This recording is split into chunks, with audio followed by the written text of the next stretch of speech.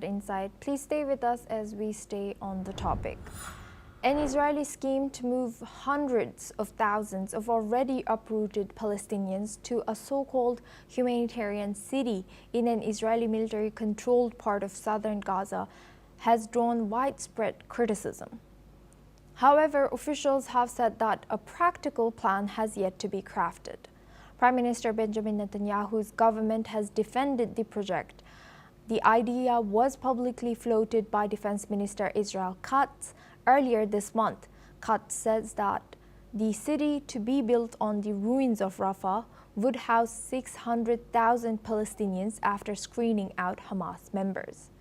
This move has also sparked criticism from the UN, with the UN spokesperson Stephane Dujarric saying that the UN rejects any forced displacement.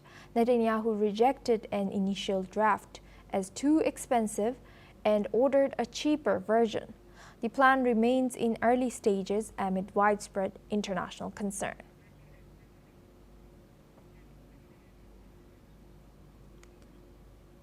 An Israeli scheme to move hundreds of thousands of already uprooted Palestinians to a so-called humanitarian city in an Israeli military-controlled part of southern Gaza has drawn widespread criticism. Now we go back to our guest discussion with Peter Baum. He's a foreign editor at Weekly Blitz. Thank you, Peter, for staying with us. Now, how does this sharp rise in criticism or the hinting of this plan by Israel tell us, is this realistic? Do you think that we will see this plan maybe take place in real life? Let's take the first question about criticism, and it really goes back to the previous issue we were talking about, the aid being put into the Gazans. Those same international players that we were talking about were criticising the Gaza Humanitarian Foundation. Why? Because it's an Israeli-American proposal, an organisation. These same international actors, the UN, are again criticising Israel regarding this proposal about a new city being built. But let's be totally, and we could have, I could have told you that even before the proposal was going to be proposed, because the UN will undoubtedly, by weight of numbers, continue to criticise anything Israel does. That goes without saying. But let's be a little bit realistic.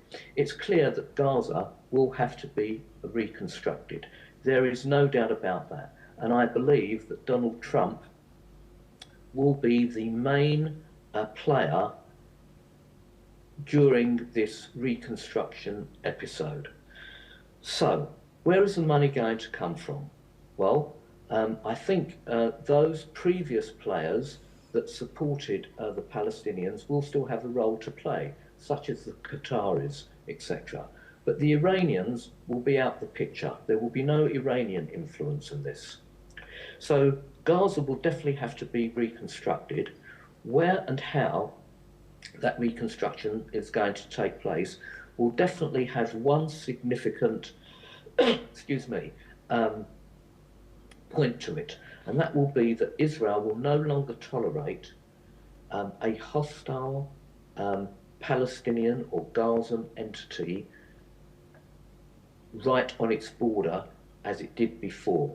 So there will be, let's call it a demilitarized zone that will be an area the two parties will have to live with, and the Gazans themselves will probably have a say, but not as big a say as the Americans and the Israelis and the Qataris, who are going to be responsible for the reconstruction. Irrespective of that, it will mean movement of Gazans from areas they previously lived in, right on Israel's borders, to other areas. And of course, the UN will call that ethnic cleansing or displacement of people, because they cannot bear to see a Trump-Israeli united front that will actually may have some benefits to the poor people of Gazans who have suffered so much.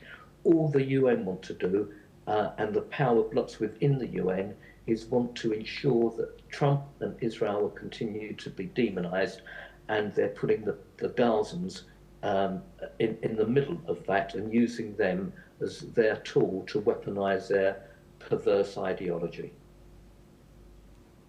Thank you, Peter, for sharing that insight. Please stay with us as we move on to our next news.